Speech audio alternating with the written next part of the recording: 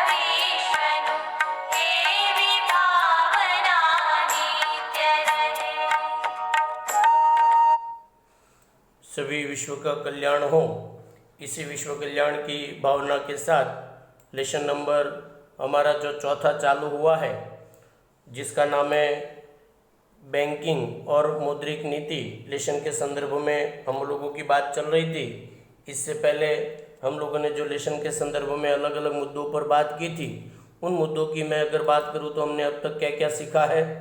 तो सबसे इस लेसन में पहली बात जो हम लोगों ने पढ़ी वो ये पढ़ी, बैंक का उद्भव और विकास, जिसके अंतर्गत बैंक की शुरुआत कब हुई, कैसे हुई, उसकी जानकारी हमने प्राप्त की थी।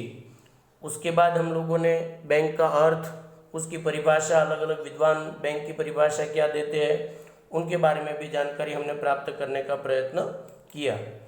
उसके बाद उसी क्रम में हमने बैंकों का वर्गीकरण किया। वर्गीकरण पुनः मैं आप लोगों को एक बार बता दूं कि दो प्रकार का वर्गीकरण है बैंकों का, जो हमने आगे देखा था, एक वाणिज्यिक बैंक और दूसरी मध्यस्थ बैंक। हम लोगों की बात जो चल रही है वो वाणिज्य बैंक के संदर्भ में चल रही है। उसके बाद हमने वाणिज्यिक बैंक पर टिप्पणी भी देखी थी, और वाणिज्यिक बैंक के जो अलग अलग जो कार्य है और वाणिज्यिक बैंक के खाते के प्रकार, वो खातों के प्रकारों की जानकारी भी हमने अब तक पढ़ी थी। वाणिज्यिक बैंक का पहला कार्य हम लोगों ने जो जमा खाता स्वीकारना या तो जमा खाता हमने देखा था। उसके बाद का दूसरा जो कार्य है वाणिज्यिक बैंक का, वो है ऋण की सुविधा उपलब्ध करवाना। उम्मीद करता हूँ कि आप सभी विद्यार्थियों के पास अगर किताब होगी तो किताब को भी थोड़ा बहुत देखते रहोगे, जिसमें दूसरा कार्य ऋण की सुविधा उपलब्ध करवाना है। मैं पहला शब्द आपको समझा दूँ कि ऋण की सुविधा, ऋण शब्द का अर्थ क्या होता है, तो कि ऋण अर्थात एक प्रकार का उधार। तो किस प्रकार उपलब्ध, तो उसके अंदर हम सबसे पहले लिखेंगे कि भाई व्यापारिक बैंक जब लोगों को पैसों की ज़रूरत पड़ती है या आवश्यकता होती है तब उन्हें ऋण की सुविधा उपलब्ध करवाती। व्यापारिक बैंक कोई भी हो, नाम यहाँ पर उल्लेख करने की ज़रूरत नहीं चाहूँगा, फिर भी SBI हो, HDFC हो, ICICI हो, बैंक ऑफ बड़ौदा, RBI को छोड़कर तमाम प्रकार की बैंक ऋण की सुविधा उपलब्ध करवाती हैं। किस किस को सर ये ऋण देती है, तो खासकर ये जो निवेश करता है, इन्वेस्टमेंट करने वाले, दूसरे जो व्यापारी है उनको, तीसरे जो किसान है उनको, और चौथे सामान्य लोगों को ऋण देने का काम ये करती है। पुनः एक बार, निवेशकर्ताओं को, व्यापारियों को, किसानों को और सामान्य लोगों को ये ऋण की सुविधा प्रदान करती है। समय के संदर्भ में व्यापारिक बैंक 3 प्रकार का ऋण देती है, क्योंकि आपके मन में भी ये सवाल उपस्थित होना चाहिए कि सर ये जो बैंक ऋण देती है वो किस किस प्रकार से, मतलब ये 3 ऋण देती है। तो 3 प्रकार से बैंक ऋण देती है। सबसे पहला जो है वो अल्पकालीन ऋण। अब मैं बीच में आप लोगों को अल्पकालीन शब्द समझा देना चाहूँगा। आप लोग कहोगे कि सर ये अल्पकालीन समय कहते किसको है? तो 1 वर्ष या उससे कम समयावधि हो, 1 वर्ष या उससे कम समयावधि को अल्पकालीन समय कहा जाता है। 1 वर्ष या उससे कम समयावधि को अल्पकालीन समयावधि कहा जाता है। दूसरा है मध्यकालीन, 1 वर्ष से अधिक और 5 वर्ष से कम। पुनः एक बार, 1 वर्ष से अधिक और 5 वर्ष से कम समयावधि को मध्यकालीन समयावधि कहा जाता है। और तीसरा जो है वो है दीर्घकालीन समय। तो दीर्घकालीन समय की अगर बात करूं तो 5 साल से अधिक और 15 वर्ष तक अगर बैंक ऋण देती है तो उसको दीर्घकालीन ऋण कहा जाता है। इन शॉर्ट, पुनः एक बार, 1 वर्ष से कम अल्पकालीन, 1 वर्ष से 5 वर्ष के दौरान मध्यकालीन और 5 वर्ष से अधिक दीर्घकालीन प्रकार की ऋण की सुविधा बैंक उपलब्ध करवाती है। उसी के संदर्भ में अगर बात करूं तो ऋण देने की जो समयावधि होती है, विभिन्न प्रवृत्तियों का उद्देश्य जो होता है वो उद्देश्य के आधार पर ऋण की समयावधि नक्की की जाती है। मतलब आपको कौन से उद्देश्य के लिए पैसे उधार बैंक से चाहिए, उस ऋण की जो उद्देश्य है वो उद्देश्य के आधार पर आपका समय वो अल्पकालीन रहेगा, मध्यकालीन रहेगा या दीर्घकालीन रहेगा, वो बैंक नक्की करती है। सभी प्रवृत्तियों के लिए जो बैंक या तो सभी प्रवृत्तियों के लिए जो ऋण की ब्याज की जो दर होती है वो ज़्यादातर क्या होती है, अलग अलग होती है। अर्थात जो प्रवृत्ति के लिए ब्याज आप लेते हो, मतलब अगर मानो कि होम लोन है तो उसकी ब्याज की दर अलग होगी। किसान अगर मानो कि ज़मीन के लिए अगर ऋण लेता है तो उसकी ब्याज की दर अलग होगी। व्यापारी कोई व्यापार करने के लिए, तो फैक्ट्री या तो कंपनी की स्थापना के लिए अगर ऋण लेता है तो उसकी ब्याज की दर भी अलग होती। अर्थात सभी प्रवृत्तियों के लिए दिया जाने वाला जो ऋण होता है उसकी ब्याज की दर अलग अलग होती है। इस प्रकार ऋण उपलब्ध करवाना व्यापारिक बैंक का सबसे महत्वपूर्ण दूसरा कार्य माना जाता है। पहला कार्य हमने देखा था जमा करना या जमा स्वीकारना, और दूसरा कार्य हमने देखा ऋण उपलब्ध करवाना। उसी क्रम में एक तीसरा कार्य है बैंक का भुगतान और निकासी की सुविधा। अब 2 शब्द यहाँ पर, भुगतान बोलो अर्थात आपको पैसे देना, और निकास का मतलब होता है निकाल कर देना।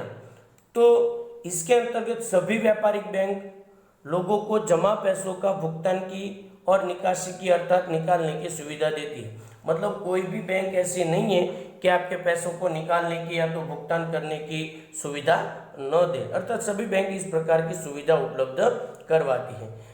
हम किस प्रकार से पैसे निकाल सकते हैं, तो उसके अंतर्गत आप लोगों को ये निकासी की जो सुविधा है, चेक के द्वारा, निकासी फॉर्म के द्वारा। निकासी फॉर्म का अर्थ आपको बता दो, आप लोग बैंक में जाते हो तो एक फॉर्म आप, मतलब मानो कि आपकी एफडी की जमा राशि है तो आप निकासी का फॉर्म भर के आप अपनी एफडी की रकम को वापस ले सकते हो।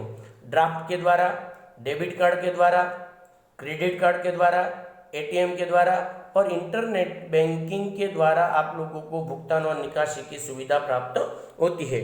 2 अंकों में कदाचित आपको एक सवाल पूछा जाए कि सभी व्यापारिक बैंक किस प्रकार से निकासी की सुविधा देती है, तो चेक, निकासी form, draft, debit card, credit card, ATM और इंटरनेट बैंकिंग इत्यादि के द्वारा निकासी की सुविधा प्राप्त होती है। इस प्रकार भुगतान और निकासी का कार्य भी सभी बैंकों के द्वारा किया जाता है। ध्यान दीजिएगा, मैं मुख्य कार्य व्यापारिक बैंकों के आपको बता रहा हूँ, उसके अंतर्गत ये जो भी कार्य मैं बता रहा हूँ, कोई भी बैंक व्यापारिक होगी वो सब ये काम करती है, उसको करना पड़ता है। आरबीआई रूल्स और रेगुलेशन के अधिनियम के तहत ये काम उनको करने पड़ेंगे। एक जमा स्वीकारने का पहला देखा मुख्य कार्य, दूसरा हमने ऋण की सुविधा का कार्य देखा, तीसरा भुगतान और निकासी का कार्य, और चौथा जो महत्वपूर्ण कार्य हम देखने के लिए यहाँ पर जाने वाले हैं और चौथा आप लोगों का जो कार्य है वो कार्य है शाख सर्जन का कार्य। शाख सर्जन शब्द थोड़ा प्रैक्टिकल शब्द है। ऐसे तो मैं वीडियो के अंतर्गत आप लोगों को इसकी जानकारी बताने का प्रयत्न कर रहा हूँ, पर जब शाख सर्जन का मुद्दा जब आप देखते हैं तो आपके पास बुक या किताब अगर हो तो सामने रखिएगा, जिससे आपको समझने में सरलता पड़े। सबसे पहला मुद्दा अगर मैं बात करूँ शाख सर्जन की, तो व्यापारिक बैंकों के द्वारा शाख सर्जन का कार्य किया जाता है। ध्यान दीजिएगा, व्यापारिक बैंक शाख सर्जन का कार्य करती है और करती, उनको करना पड़ता है। बैंकों को चलाने के लिए शाख सर्जन का कार्य अनिवार्य है। नंबर 2 कि इसी शाख सर्जन की प्रक्रिया के द्वारा, मतलब शाख सर्जन की प्रक्रिया के द्वारा बैंक में जो भी रकम जमा होती है वो रकम में से नई मुद्रा का सर्जन बैंक के द्वारा किया जाता है। फॉर एग्जाम्पल, मैंने 10,000 रुपये बैंक में जमा किए और मेरे 10,000 बैंक किसी अन्य व्यक्ति को उधार देगी और उसके द्वारा जो ब्याज उसको प्राप्त होगा उसके द्वारा नई मुद्रा का निर्माण होगा, जिसे अर्थशास्त्री देश में मुद्रा की आपूर्ति कहते हैं। अर्थात आगे के मुद्दे के अंतर्गत बैंकों के द्वारा शाख सर्जन का प्रमाण बढ़ता है। अर्थात बैंक में शाख सर्जन 3%, 5%, 10%, जैसे जैसे शाख सर्जन का प्रमाण बढ़ेगा वैसे वैसे देश के अर्थतंत्र में मुद्रा की आपूर्ति भी बढ़ेगी। अर्थात 10,000 बैंक उधार देगी एक व्यक्ति को तो 10,000 जितना शाख सर्जन होगा। अगर 1,00,000 रुपये जमा देगी 10 लोगों को अलग अलग, तो अधिक से अधिक, मतलब जितने अधिक प्रमाण में बैंक लोगों को उधार या तो शाख सर्जन का प्रमाण बढ़ाकर देगी उतना देश के अंतर्गत मुद्रा का प्रमाण भी बढ़ता है। अलग अलग लोगों की जमा राशि किसी अन्य लोगों को, मैं परिभाषा बता रहा हूँ, अंतिम मुद्दा आप लोगों के लिए खास है, इंपॉर्टेंट भी है। आईएमपी शाख सर्जन कहते किसको है, तो परिभाषा टैली कर लीजिएगा।